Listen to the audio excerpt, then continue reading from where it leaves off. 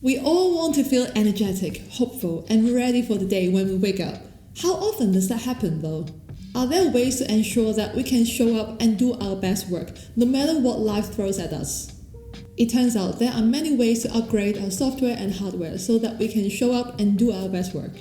It all starts with the brain. I hope to bring you some tools that you can try today after watching this video, to focus on the actual goals, to feel more motivated, and do your best work so that you can enjoy life more. So in this video, we will start with the software, which is the mind, and then the hardware, which is the body, on mental clarity. As always, feel free to skip around using the timestamps below to save you a little bit of time. What does mental clarity mean? To me, it means a few things. It might be knowing what you're trying to accomplish. You have your undivided focus at the task. You have the ability to make rational decisions. You have your problem-solving skills. And you might even have a sense of motivation to get things done. And on the flip side, there is something like a brain fog. To me, it always feels like my head is stuck in a fish tank. I don't know where I'm going, I don't know what I'm going to do, but I feel like I should do something. It's not a great feeling. So why should we care about mental clarity? We all want to make good decisions today that will benefit our future self. And without a clear mind, we cannot achieve that. You know you're not your best when you're sleep deprived, when you're drunk, or when you're hungry.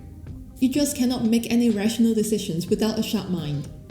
And worse, you might do things that you will regret later on. So basically, mental clarity impacts our quality of life. That's why we should care. And here are my minimum effective dose, MED, to boost mental clarity. Let's start with the software, the mind. My first tool is the 5-minute journal to be completed at the beginning and at the end of the day. When I wake up, I like to set my top 3 non-negotiables. That means the 3 things that I will get done for the day no matter what. Non-negotiable. You do not negotiate with yourself. And the criteria would depend on your schedule and your demand for the day. If I know that I'll be on the road visiting clients all day, my list will be simple. It might be just daylight viewing, so during sunrise I'll just go for a 20-minute walk, and then it might be, write for 20 minutes because I have to write the video script, and at night I might have to do some 15 minutes mobility exercise. That might be the day. That might be the non-negotiable. But on days like today, it would be to film these 2 videos because I'm batching, and it might be going out for a good workout, whatever. So it depends on the day and the demand that you have. So always look at your schedule. Don't overdo it, but also challenge yourself. Ideally, there should be things that you are excited about, you look forward to. And there should be a reasonable challenge that gets you into a flow state. Because when you're in a flow state, you will naturally have the energy and attention to focus on the task because it meets your challenge level and you know that you want to get that done. When you set the top 3 non-negotiables, they also guide your decision making and how you spend your time. For example, today I blocked out this morning to film this video because I just have to get them done. From there, you want to set out 2 to 3 hours of uninterrupted work, deep work. And you know that you can focus because you have already identified what is important, what needs to be done, and you will just get closer to your goals. And then at the end of the day, I also spend like 5 to 10 minutes to celebrate my wins, to learn from the day, see how I can improve the next day. And then you just go on a cycle, on repeat, every single day. You always want to be like slightly better than yesterday. And I use Notion for this whole journaling thing. You can also find out more about how I journal and how I set goals on this video here. And my second tool is to reduce stress. Of course, it's not just about the mind but also the body, but more on that later. When we feel stressed, overwhelmed, we tend to make more rash decisions based on the fear of lack. It might be good for the short term to relieve the tension, but might not be good for long term, because we don't consider the second or third order of effect after this decision. For me personally, in order to keep stress in a healthy level, I try to spend as much time as I can in the nature. I try to move more and I try to bring down more thoughts, which is like journaling. And when I lay out all the thoughts on paper, then I can get out of my mind and I won't feel that stress because most things are just worries and they're not productive. And I always believe that prevention is better than cure. It goes without saying that the mind is linked to the body.